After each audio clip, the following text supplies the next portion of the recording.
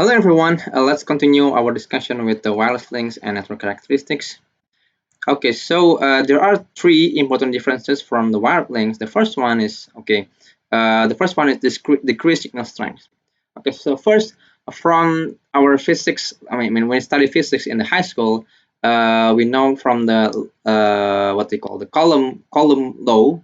So two electrical charge uh, can have force that is inversely proportional to the square distance. So this is the same for the wireless signal strength or the power of the wireless signals. So as it propagates to the higher distance, then the signal strength is inversely or it is decreased to the square of the distance. So and then furthermore, the signal strength will experience even more attenuation if it propagates through the matter or the object or any obstacles. Okay, so this is called the path loss. Okay, so the decrease of the signal strength, which is by the square distance, is called the path loss. Okay, and then there is another thing. Okay, so I'll jump to the third point. The third point, the multipath propagation. So the radio signal reflects of different objects, grounds, for example, like it can reflect, can have direct links, okay, from the base station to the mobile terminal, but then it can also have reflection from the ground, reflection from maybe the buildings or trees or any other objects. So resulting in various signal variations arriving at slightly different times to the receivers. So it will maybe from this signal processing points of view, there will be some issues. Okay, so this is called the multipath propagations issues. Okay, so this is a bit related with the signal strength, but then with signal strength we have very we don't have that complex problem. And the third one is interference from other sources. Okay, so especially when we talk about the with the ISM band or the free, like the Wi-Fi, which is using the ISM, which is free, unlicensed. ISM is stands for the industrial, medical, scientific, and medical, and they are used by many different different technologies, not just Wi-Fi. There's also Bluetooth, Zigbee. They're also using the same frequency band, so there can be very high interference. And even by in the cellular networks, there is interference that they have to manage in some ways. Okay, so the thing is, if we are experiencing interference, then it really degrades the quality of the signals, and then it degrades the communication link. Okay, so all in all, a make communication across wireless link, even for the point-to-point scenario, is becoming more difficult.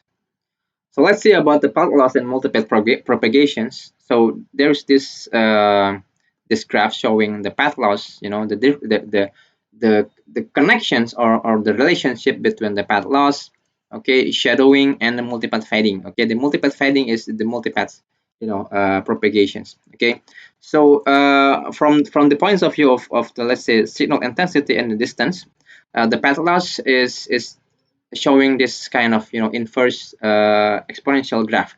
Okay, but then of course, like when we experience although like we have the same distance, but then there is obstacles in between, or maybe there is some other I don't know, scattering, reflections, and other things, or attenuations like this due to the obstacles. Then we may have some variations. Okay, so the big, what do you call, the large scale fading, this is called the large scale fading, is called the shadowing. Okay, so this is some variations in the signal intensity over the distance, due to some other things like reflection, scattering, refraction, diffraction, and attenuations. Okay, so this is this with the purple lines. Okay, and in the in the multipath fading, this is also called the fast fading, because the variations of signal strength is very fast. The fluctuation is very fast.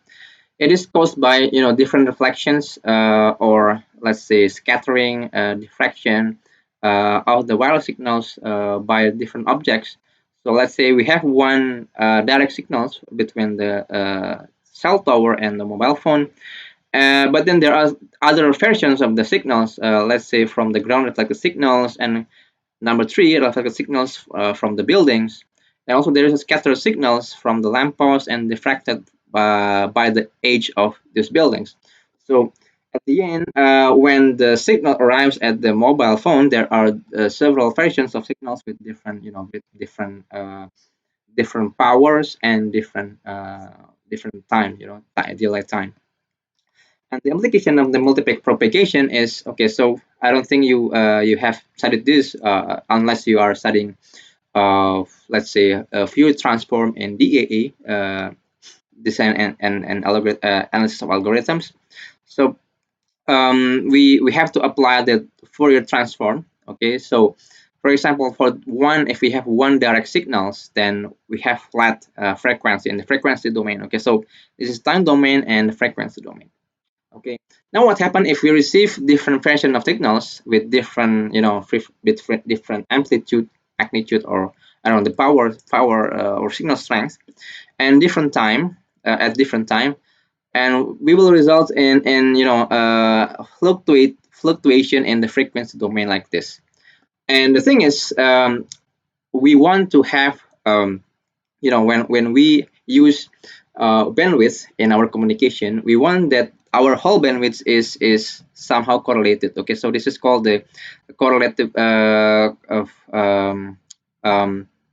frequency correlation. Okay, so FO. Okay, the FO is our correlative frequency. So if our bandwidth is of our if our frequency correlation is bigger than our bandwidth, then we don't have to experience any something called the frequency selective fading. Okay, so so this is called flat fading. So because when we transmit our data in this signal, then we don't have to we don't have different version of signal. Like for example, if we send one bit one here, so the most probably the receiver will also receive bit ones. But here in this version, okay, so we have this frequency correlative frequency bandwidth, which is very small, and our bandwidth is quite large. So for example, if we send bit one in this case, okay, so perhaps in this frequency, or like the higher one, okay, we can have the real bit one. But then in this part, then we can have a false reading of bit one. So, okay, it becomes zero or something like that. And then and additionally, there is also Doppler effects due to the movements of let's say of the terminals. Then it really makes the wireless propagation really worse. First we have the multipath propagation in the frequency domain. Okay, and then in the time domain we have also the Doppler effects. Then makes this the wireless channel very fluctuative, as we can see in this graph. Okay, so this is just some illustration or just some explanations. I don't think you really understand all this, what's behind this, but at least you know what is the challenge or what is the impact of the multipath propagation in the wireless channel. Okay, the third challenge is the interference. Okay, so let's say if we have this data, we are sending this data, and there is this interfering signals, so it will result in the errors for the in this data. Okay, or yeah, let's say if this is the signal data and we have the interfering signal which have the same power strength, or even even larger, and in the in the extreme case we have the jammer, then we simply cannot receive the data at all. Okay, so there are some some attempts to defeat or to manage this interference is by frequency planning. Okay, so for example, this is the example of frequency planning in cellular networks.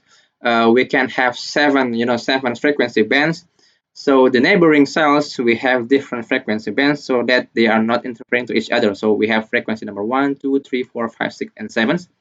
But then we can reuse the frequency after one or two cells away. Okay, so we can again reuse frequency number 2 in the cells. We can use frequency number 1 again in the cells, in the cells, and the cells, and so on. So we can this by this way we can avoid intercell interference. Or even in the Wi-Fi or 0 to 11, we can also manage our cells with different channels. For example, because the non-interfering channels are only three in Wi-Fi: channel number 6, 1, 6, and 11. So we can arrange our base station or access points in, for example, in this way. So channel 1, and then channel 6, and then channel number 11, and then again another channel 11, 1, and 6, and so on and so forth, so that we are not having interference directly with the neighboring cells. Okay, so I think that's it for now for the wireless link characteristics. We'll continue with the other wireless link characteristics in the next video.